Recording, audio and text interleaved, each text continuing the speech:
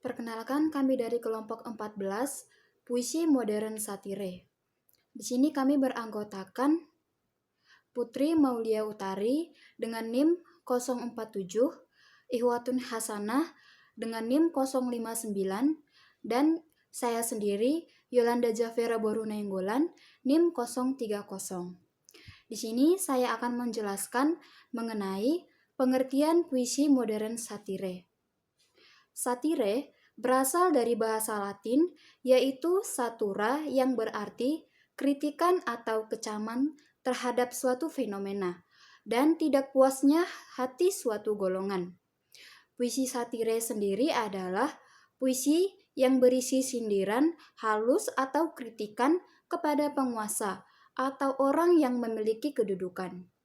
Satire juga dapat diartikan sebagai puisi yang mengecam, mengejek dengan kasar dan tajam suatu ketidakadilan dalam masyarakat. Selanjutnya akan dijelaskan oleh teman kami. Oke, selanjutnya ada sejarah mengenai genre satir. Genre satir ini sendiri itu berasal dari bangsa Yunani dan Romawi. Eh, dari yang saya baca, sebenarnya ini dimulai oleh bangsa Yunani, lalu dilanjutkan oleh bangsa Romawi. Pada saat itu, bangsa Romawi itu memiliki kecenderungan untuk meniru berbagai aspek sastra oleh bangsa Yunani, termasuk dengan satir ini sendiri. Namun, oleh bangsa Yunani tidak sampai untuk mengklaim bahwa genre satir ini adalah milik mereka. Mereka hanya menggunakan satir ini hanya sebagai sajak biasa atau bisa digunakan untuk sebagai sindiran-sindiran terhadap dalam bentuk tari-tarian. Berbeda dengan bangsa Romawi yang menggunakan satir ini sebagai sindiran terhadap kritik sosial pada masa itu.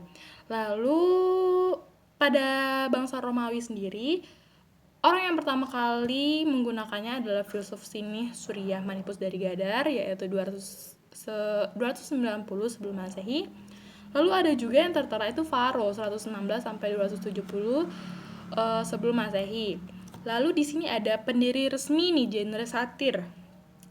Memang sebelumnya itu ada sudah banyak sastra-sastrawan yang menggunakan genre satir, tapi sebagai untuk dikukuhkan sebagai genre resminya, pendirinya itu adalah Lucilius yang banyak meninggalkan sindiran tentang kehidupan kejahatan dan kerusakan moral yang ada di lingkungan sekitar. Satir pada saat itu lebih diutamakan untuk menyindir atau mengkritik keadaan sosial di masyarakat pada era tersebut. Lalu ada contoh dari puisi satir yang dibawakan oleh sastrawan Indonesia terkenal yaitu W.S. Rendra yang berjudul Aku Bertanya. Aku bertanya, tetapi pertanyaan-pertanyaanku membentur jidat penyair-penyair salon yang bersajak tentang anggur dan rembulan.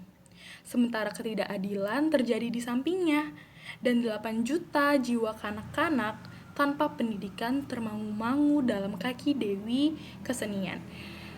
Dari yang saya lihat atau dari yang saya tangkap dari makna puisi yang dibuat oleh Wes Rendra, benar bahwa ini adalah puisi satir. Karena apa? Ini berupa sindiran sang sastrawan terhadap penyair-penyair lain yang bisa dibilang itu lebih mementingkan sajak keindahan tentang anggur atau rembulan ataupun yang lainnya tanpa membuat sajak atau membuat puisi tentang ketidakadilan di sampingnya.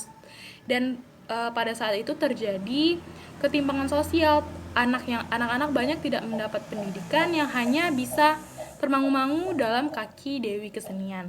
Lalu ada contoh kedua yaitu dari Chandra Malik yang berjudul Otak Sudah Kedengkul. Jika tiba-tiba kami melawan, itu karena lapar telah dibangunkan dan perut kami yang lengket menagih waktu untuk cerewet. Jika mendadak kami protes, itu karena minum tinggal setetes dan kantong kami yang kempes tak kuat lagi membeli segelas es. Jika kami bersegera kumpul, itu karena otak sudah kedengkul. Dan logika kami yang tumpul tidak mau lagi dipaksa mandul. Berikut adalah puisi yang dibuat oleh Chandra Malik yang berjudul Otak Sudah Kedengkul.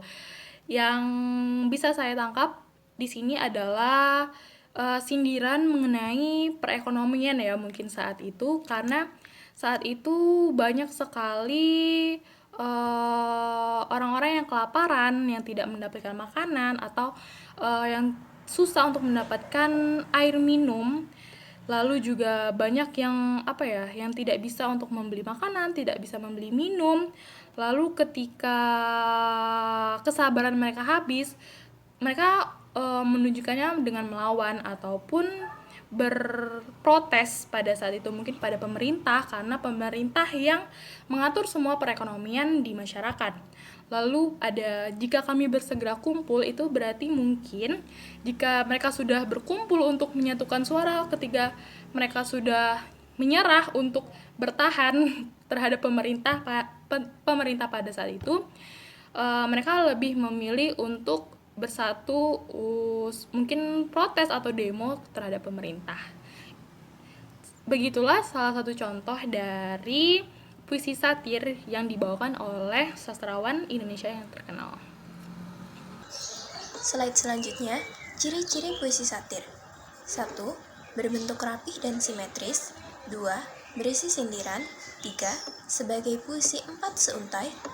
Yang keempat, setiap barisnya merupakan kesatuan sintaksis. Sintaksis sendiri merupakan sebuah ilmu tata kalimat yang menguraikan hubungan antar unsur bahasa untuk membentuk suatu kalimat. Slide selanjutnya, analisis puisi dan satir. Puisi. Puisi memiliki beberapa unsur di dalamnya.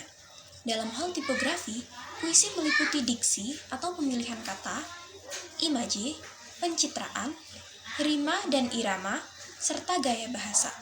Menurut Herman, puisi penuh dengan bahasa konotatif, disertai diksi dan majas. Bentuk tubuh dari puisi berlarik dan berbait. Umumnya, puisi berbentuk monolog. Yang selanjutnya, satir.